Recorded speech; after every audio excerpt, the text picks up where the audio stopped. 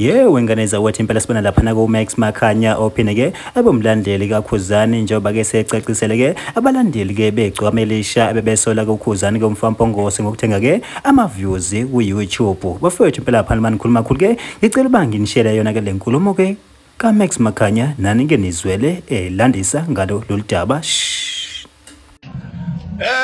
Njengoba si Blue Nation nje nisibona singagxilile kakhulu kulezi insuku la ku TikTok.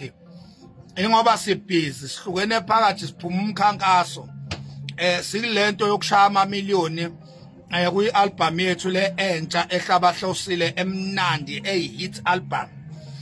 Sikulento ke yokushaya nje amamiliyoni bakwethu uyakhumbula ukuthi in 16 hours ialbum iphumile silishayile imiliyoni as a album. Kwaphinda kwathi in 20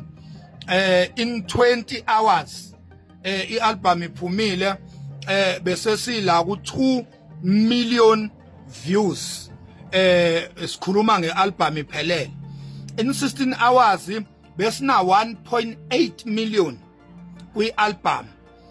Kwahlangana u20 hours ngamanye amazwi kwaedeka 4 hours sakwazi ukuhlanganisa u2 million ngoba bekushoda nje u200,000 kuphela wama viewers ukuthi sihlanganise u2 million. Sawuhlanganisa ke ngo21 hours ngamanye amazwi lungakapheli usuku kungakabi 1 day bese sushayile u2 million viewers lapha ya ku YouTube. Sihlukene phakathi abanye bathathe imbongolo abanye bathatha ingoma le ethi ngenani kulayini. Sifuna nje ukushaya nje amamiliyoni bakwethu sifuna uqala nje lento yamamiliyoni per track in 1 day. Le ngoma le ethi ngenani kulayini nonke yona ke izolishaya imiliyoni ngekudala nje uyabona njoba ku11 isikhathi I think ungakashayi u5 ntambama izobe silishayile imiliyoni longoma leyo. Nembongolo nayo siyathemba ukuthi kusasa kuzosa ilishayile imiliyoni kusasa noma ke kusasa midday izolishaya imiliyoni imbongolo. Sikulento nje manje yokutomula izingoma sishaya amamiliyoni uyabona. Okuyinto ke elindelekile phela njengesizwe esikhulu ukuthi at least engomene yodwa ngoba mina ngangithenga umfo kaMakhanya asishaya imiliyoni lungakapheli usuku.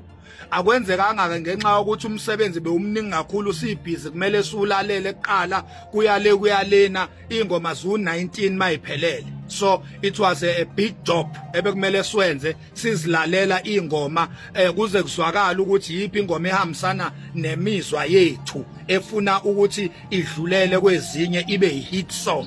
Njengamanje na ke sikulento ke manje yokuthi ke sishaya ke amamiliyoni in 1 day ingoma izolishaya imiliyoni in 1 day ngobani in 16 hours sashaya 1.8 million kwi-album ihlangene in 19 songs ku 21 hours 21 or 22 hours sashaya u2 million uyabona. Okuyinto eunderstandekayo okuyinto eyenza sense mawusuthi uyanothisa ngoba phela mawukhuluma ngeBlue Nation ukhuluma ngesizwe esikhulu kabi nanokuthi ke le album phela silaleli sodwa uzokhumbula ukuthi indlamlenze iyicelebrate yaziwa ngisho kophesheya. So ialbum yethu ivalile nje iSouth Africa yonke ngisho nangaphandle kweSouth Africa njengokuthi phela ialbum ye celebrate.